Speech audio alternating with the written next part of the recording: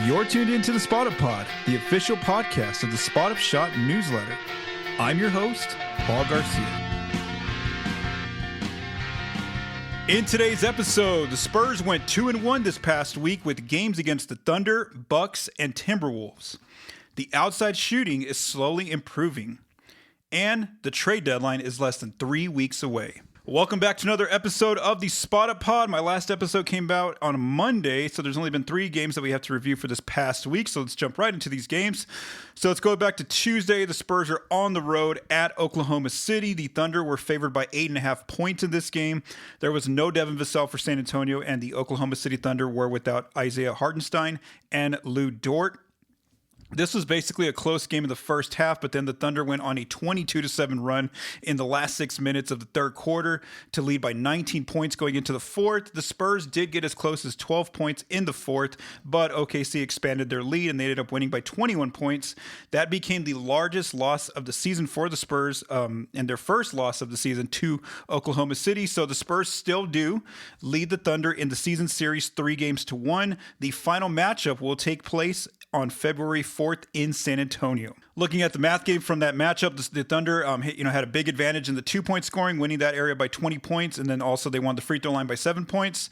The top 3 players from this game, SGA ends up with 34 points on the night, 5 rebounds, 5 assists. He finally got to the free throw line more extensively against the Spurs than he had done in the prior matchups, going 11 of 13 from the foul line. Stephon Castle has a good night for San Antonio with 20 points, 7 rebounds, and 8 assists. And then Jalen Williams also finally had one of his best games against the Spurs in this season, ending up with 20 points against the Spurs in this matchup. Next, let's go to Thursday. The Spurs are back home hosting the Milwaukee Bucks for the first time this season. The Spurs were favored by 7.5 points. There was no Devin Vassell again for this game. So this game became close in the first quarter, but then the Spurs went on a 26-6 run in the second quarter to lead by as many as 16 points. Then the Spurs put away this game basically in the third quarter. They come out in the third and rout the Bucks 40-16 in the quarter. So they end up leading by as many as 39 points in the game. And basically most of the rotation players were out for the fourth quarter. So the game, the reserves, couldn't hold the lead. And so they held the lead, but they couldn't keep it substantially high. And so they ended up winning by 18 points, which is still a very easily comfortable win for San Antonio. So the Spurs, and looking at the math game, the Spurs won the 2-point battle by 14 points and free throw line by 7 points. And they barely lost the 3-point battle by just 3 points. The final game against the Milwaukee Bucks will take place not until close to the end of the season on March 28th. Right now, it looks like Giannis will continue to be on the Bucks by that point, but again, we'll see what the trade deadline coming up here in 3 weeks. As far as who are the top 3 players from this game, Stephon Castle had a great game for San Antonio with 19 points, 10 assists to 0 turnovers. He ends up recording his 7th double-double of the season. Victor Wembanyama starts and ends up with 22 points, 10 rebounds, 2 blocks in just 22 minutes of play because of the big lead that the Spurs had in the fourth. And he actually shot very well from 3, going 5 of 6 from outside. And then Giannis basically carried the Bucks as much as he could, ends up with 21 points and 5 rebounds.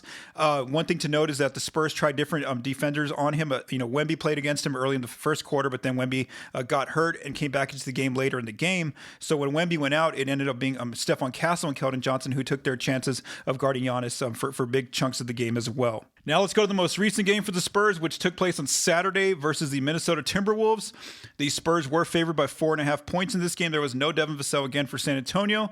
The Wolves, I do want to note, were on the second night of back-to-back after a close game in Houston. They were without Rudy Gobert. Anthony Edwards didn't play against the Rockets, so he was fresh coming into this game. But Naz Reid did play in the game, but he got hurt 5 minutes into the game and didn't return. So basically, the Wolves were without 2 of their big 4 there, without Gobert and Naz, but they did have Randall and Anthony Edwards. So the Spurs, it looked like it was going to be another one of those nights like the one against the Bucks. The Spurs came out, on fire in the second quarter. Wemby put together a 20-point quarter on his own, and the Spurs basically went into halftime with a 25-point lead. But then, as the Wolves have done against the Spurs in their prior 2 matchups, the Wolves came out and won the third and fourth quarters and made it a ball game. So in the third quarter, the Wolves make their comeback, outscoring the Spurs 40-27. So the Spurs only have a 12-point lead going into the final quarter. In the fourth, the Wolves did retake the lead momentarily by as many as 3 points. The game goes down at crunch time, and then it became the Anthony Edwards versus Wemby dueling contest there in the fourth quarter. And ends up with 26 points in the fourth quarter. Wemby ends up with 12 points in this game. And so let's just kind of break down the final minute for this game with the Spurs leading by 2. So first, Ant has the ball. He gets doubled. He passes to Jon Berenger, the rookie, who was getting a lot of minutes with Rudy Gobert out, who finds Dante DiVincenzo in the corner for a 3. So the Spurs are only up by 1. Next possession, Wemby responds with a 21-foot pick and pop mid-range jumper off a pass from De'Aaron Fox. So now the Spurs are up by 3. Next up, the Spurs make a key stop. Julius Randle drives in, finds Jon Berenger in the dunker spot. Jon tries to go reverse layup against Wemby, but nope, Wemby blocks the shot, and so the Spurs get a key stop. I do want to note that in the 2-minute report on Sunday that came out, the Wolves, not the Wolves, the NBA did say that Jon was actually fouled, but again, it wasn't called during the game, so that was a mistake by the refs in that game, so the Spurs end up getting that stop. Then on the next possession, Fox drives, finds Harrison Barnes in the corner, who passes to Julian Champagnie. Champagnie drives in, finds Keldon Johnson open from the right arc, finds Keldon. Keldon patiently just gets that ball, puts it up, ready to go. He said he was ready to shoot that shot if it got to him. Sure enough, he makes it. He drills the 3-pointer. The Spurs now have a 4-point lead, and I do want to note that was a big shot for Keldon, and it's a good sign that he's not afraid of these pressure situations, especially because a lot of these players who have been on the Spurs for a number of years, like Keldon, Devin Vassell, some of these guys, they've never been in the playoffs, so that's going to be, we're going to see how they shape up there in the playoffs. But again, these close games right now are a good sign that Keldon is not afraid to take that type of shot. So then after Keldon makes that 3-pointer to give the Spurs a 4-point lead, Ant responds with the corner step-back 3 that was contested by De'Aaron Fox. And so now the Spurs are only up by 1. The Wolves then foul Fox intentionally. He goes 2 of 2 from the line. The Spurs are up by 3. Then Ant gets fouled and goes 1 of 2 from the free throw line. So now the Spurs have a 2-point lead. Then Julian Champagnie gets the rebound when Ant misses his second free throw. And he actually goes to the line, but he misses both of his free throws. However, Wemby, being the tallest player on the floor, comes up with a key offensive rebound, and he gets fouled with just 2 seconds left. Then Victor goes to the line, makes the first free throw to give the Spurs a 3-point lead, and then he basically tries to kill the clock by kind of just like rushing a shot against the backboard of the rim. But the Wolves actually get a handle on that ball, and they end up putting up a half-court heave. They end up missing, and so the Spurs narrowly hold on for the 3-point win against the Minnesota Timberwolves. The Wolves did end up winning the season series against the Spurs 2-1, where basically it's kind of been the same theme where like the Spurs are the better team in the first half, then the Wolves make those comebacks in the second half. Luckily for San Antonio, they held on enough with that 25-point lead to withstand that run by Minnesota in the second half. So again, if these two teams do match up again, it won't be into the playoffs in the event that they both end up in the same kind of matchup against each other. So again, that's just going to be, if they were to meet in the playoffs, that would be an epic series. We see obviously just like how we saw Ant and Wemby kind of carrying their teams there down the stretch. That would be a really good matchup if both teams were to meet at some point in the playoffs. As far as who are the top 3 players in this game, of course, I got to mention Ant, who ends up with a career-high 55 points, made 9 of 16 threes. I do want to note that the Spurs did have Stephon Castle guarding him for segments of the game, and Castle ended up fouling out. Castle also had to guard Julius Randle a lot in this game, too. So, again, that was a tough defensive matchup for him guarding those two players. And then they also had Fox guarding Ant mainly out on the perimeter if it wasn't Castle. Wemby, he raises his level as well in this game, ends up with 39 points in the 9. Again, that 20-point second quarter really stood out. 9 rebounds, 2 blocks in 31 minutes. That's key right there, the 31 minutes, because he hadn't played more than 30 minutes since November 14th. That was the last time he ever played 30 minutes in a game. So again, that's a very good sign that Wemby's no longer on the injured list, nor is he, maybe these minute restrictions are finally coming off against him, where he's actually finally getting over 30 minutes in a game. And I do want to note that Wemby went 4 of 9 from 3. So again, starting to see a little bit more of an increase in his 3-point volume, as I'll talk about here a little bit later. And then De'Aaron Fox had a good game for the Spurs with 25 points, 12 assists, which makes this his 4th double-double of the season. So Vegas said the Spurs should have gone 2-1 this past week. They did just that, and my prediction ended up going 3 for 3. I thought they would lose to OKC, but then beat the Bucks and the Wolves, and sure enough, that's exactly what they did. Where are the Spurs now through 42 games? They are 29-13, tied with the Denver Nuggets for the 2nd seed out west, but because the Spurs hold the tiebreaker right now, they are considered second out west as of Sunday afternoon.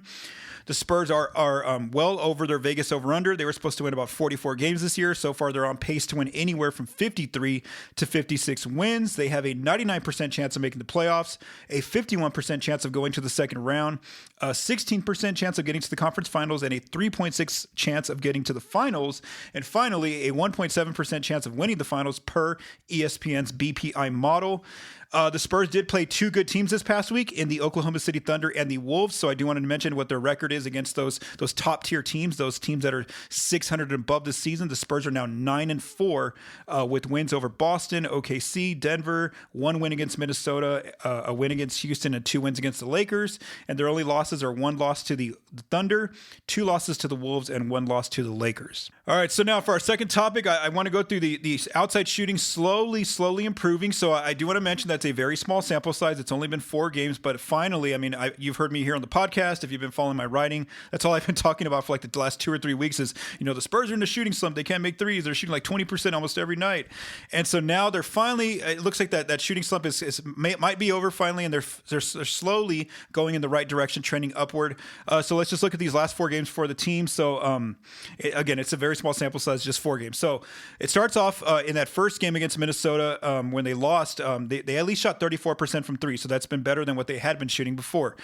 Then in that loss to Oklahoma City, they end up shooting 35%. So again, just a percentage better, but at least it's going upward. Then again, the Bucks they caught fire, making 43% of their threes, which is a big reason for that blowout. It was their first time cracking 40% from 3 since December 23rd when they won in double digits against Oklahoma City. And then finally, against the Wolves, they shot good from 3 as well, making 39% of their threes. So looking at the individual players of who's remained, who's getting hot right now in these last 4 games, and who's kind of still where they were or struggling or maybe just making some smaller growth here. So let's look at the high volume shooters. So in the last 4 games, Julian Champagnie is a coach still starting for Devin Vassell. He's taking 6.5 threes per game, making 42% of them. So Champagnie's doing great here. Wemby, as I mentioned earlier, has seen an uptick in his 3-point volume. He's now taking 6.3 attempts, which are much more than usual for him. And he's on fire right now, making 48% of his threes in these last 4 games.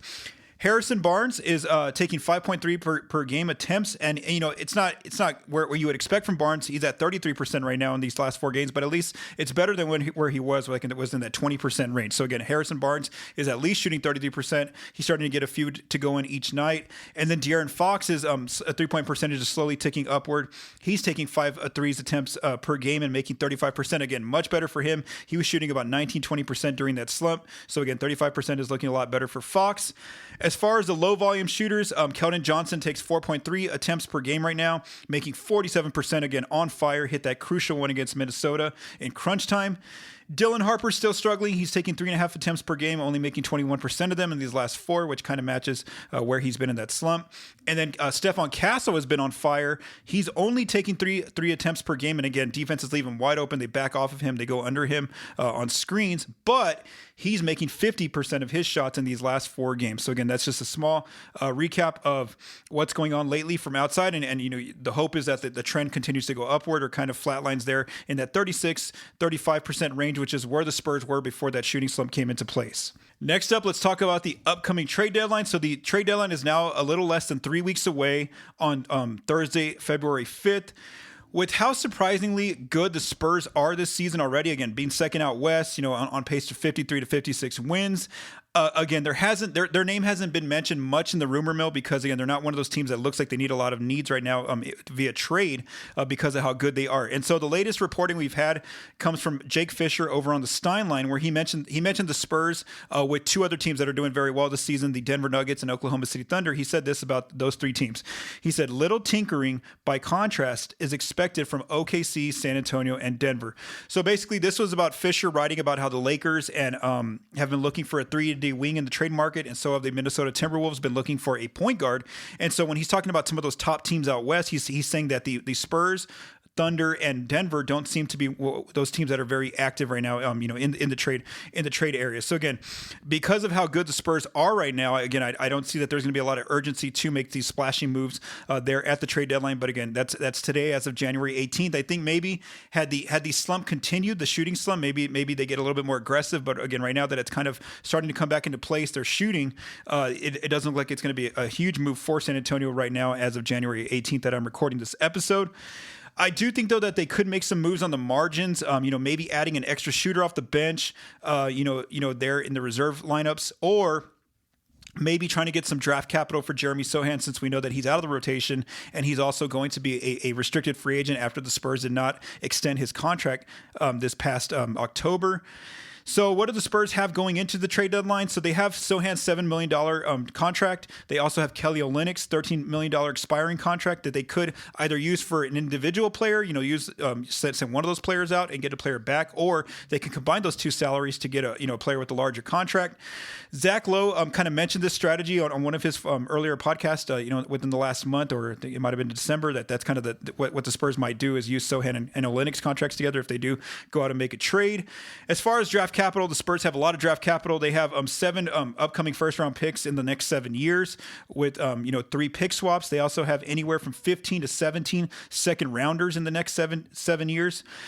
So as far as those valuable picks, again, I don't think the Spurs would want to move any of those at this deadline. And so when I talk about the valuable picks, it's the Atlanta 2027 first, it's the 2030 Minnesota or Dallas first-round pick, and it's also the 2031 Sacramento Kings first-round pick. So again, I think those are the 3 most valuable picks that the Spurs have going forward in the next 7 years. And so again, I think that they would hold on to those picks, not move them in any kind of deal up until this deadline, and maybe see how they finish out in the playoffs. And, if they need to go out and make a splashy move, then they use those picks maybe for that kind of move, in the future, maybe in the offseason rather than this coming season.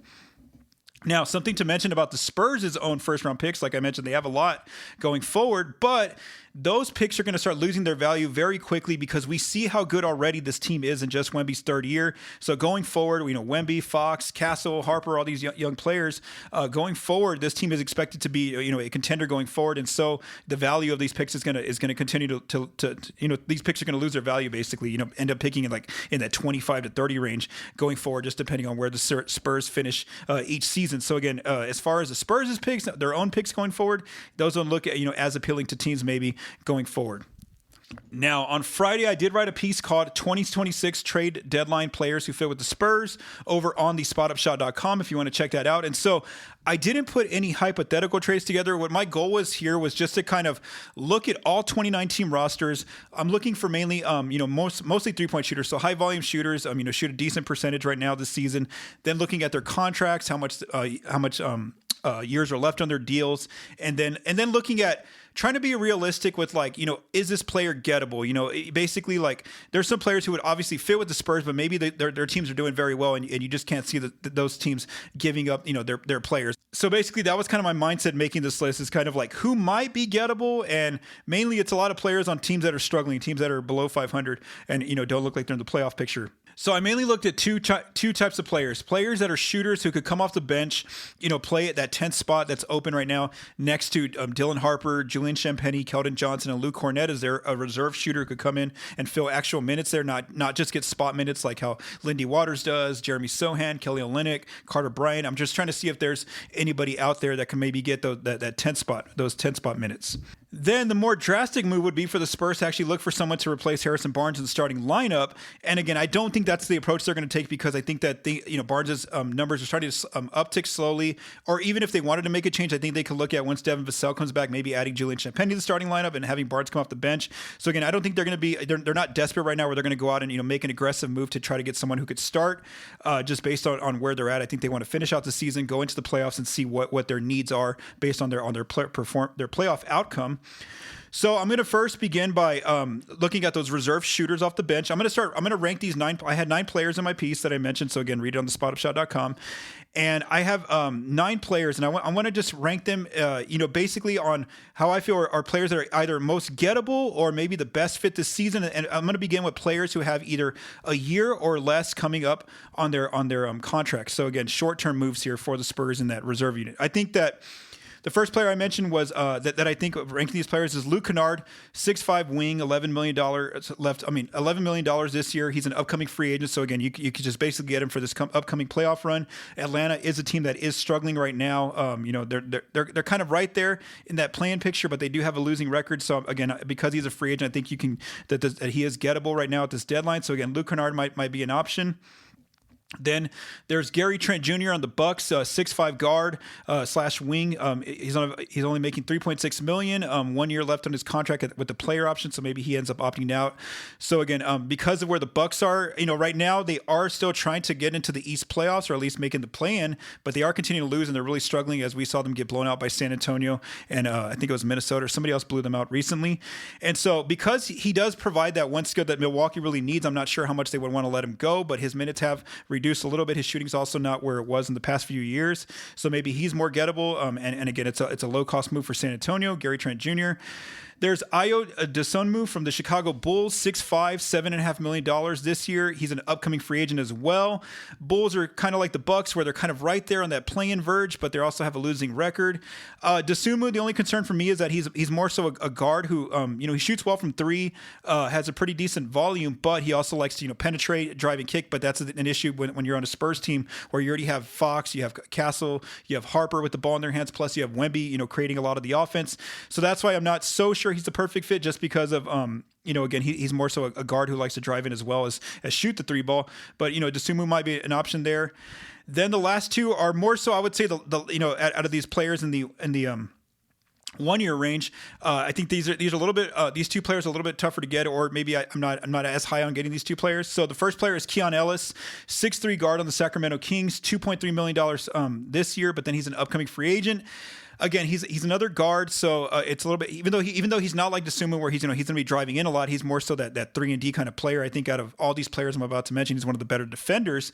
But right now, from what I read in the recent rumor mill, the Kings aren't looking to move him, or if they're going to move him, they want you to take back a bad contract, like or not a bad contract, but someone like Malik Monk or somebody else that they're trying to move off their team. Or there was a report that I had read that said that they want a late first rounder, and again, I don't think you give up a first rounder for Keon Ellis, who's going to be an upcoming free agent, which means there's no guarantee he even resigns with you. So again, because of his contract situation and the fact that the Kings still value him highly, I don't think that that's why I have him fourth here in these rankings. The last player is Klay Thompson on the Dallas Mavericks, 6'6" shooter. Again, because of his contract, I'm not as high on him either. $16.6 million this year. He only has 1 year left on his deal. The Mavs are, do have a losing record.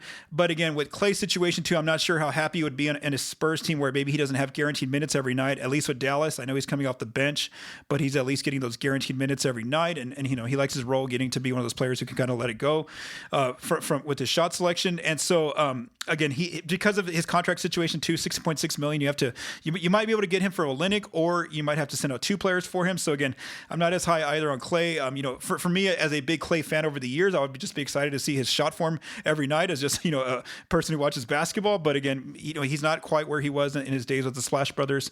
So that's why I have him ranked fifth here in terms of these five players with the contracts of 1 year or less to kind of fill that reserve shooting role on the Spurs. Next, let's go to players again in that reserve shooting role.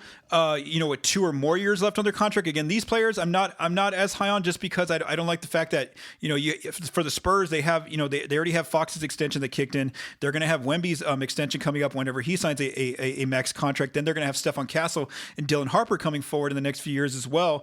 So again, I don't like the idea of adding 2 or more years to the cap sheet, just because it kind of ties you in a little bit, even though these players still could get moved. So let's just begin with the players, how I have them ranked here.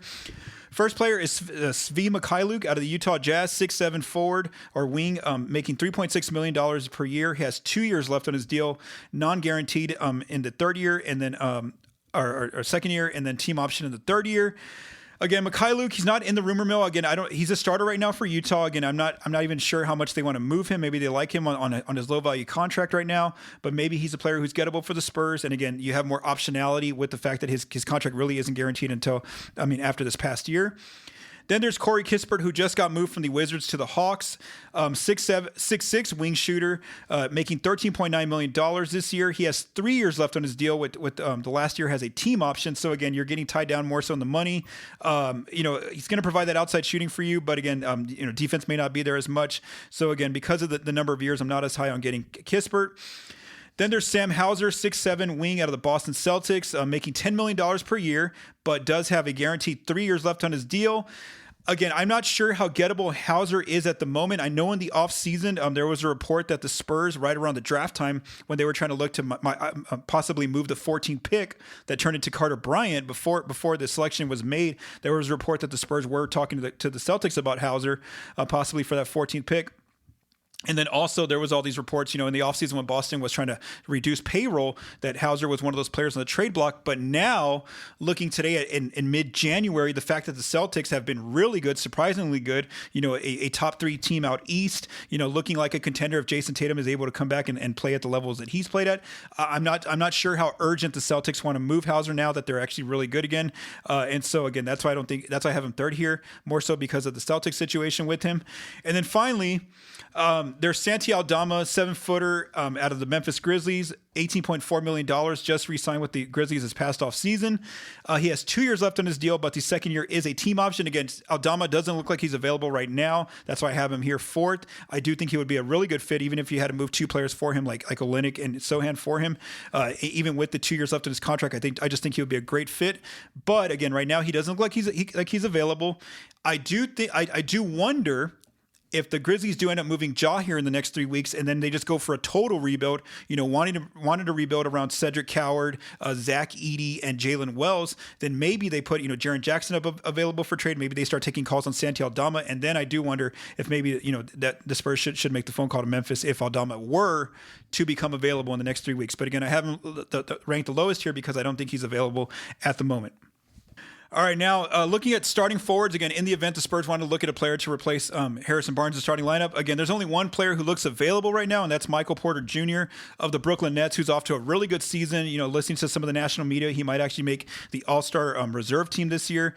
6'10", shooting forward, played, of course, with the Denver Nuggets, won a title with the Nuggets, making $38 million this year on a max contract. He has 1 year left on his deal. Again, because of where the Spurs are at right now and the fact that the Nets can really raise their price right now because of how good he's playing right now with the Nets having a breakout season, getting all those opportunities in Brooklyn and, might be an all-star. Again, the Nets are going to have a high asking price for him, which is, they should do. So again, that's why I don't think that the Spurs are going to be one of those teams that are going to be super aggressive in going after a player like Porter Jr.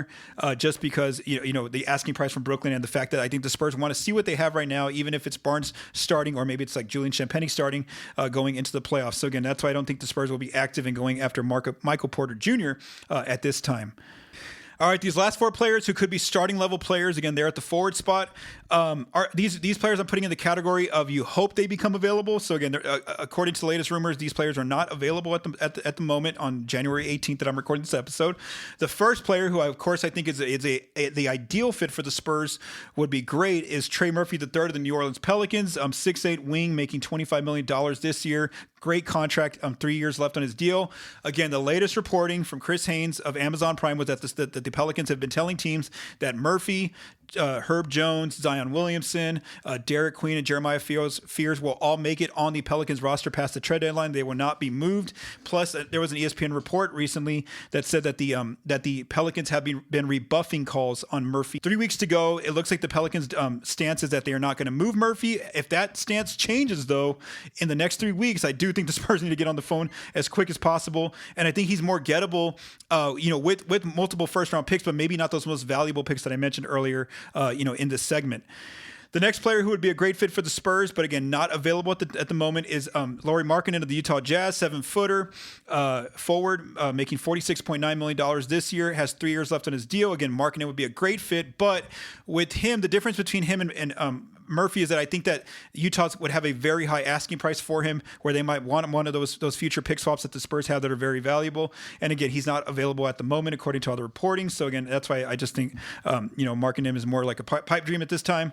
Again, this is one of those players who's not available. Herb Jones, also of the Pelicans, 6'7" wing, $13.9 million contract this year, 4 years left on his deal with the player option the final year. The amount of first round picks would be a lot less than what it would be for Murphy. But again, right now the stance from the Pelicans is that he's not available. Again, he's not going to really address your shooting need if you're the Spurs, but he just takes your defense to another level, being out there with his length and athleticism and his ability to kind of cut and, get out on the break and things like that. So again, Herb Jones will be a good fit, but he's not available.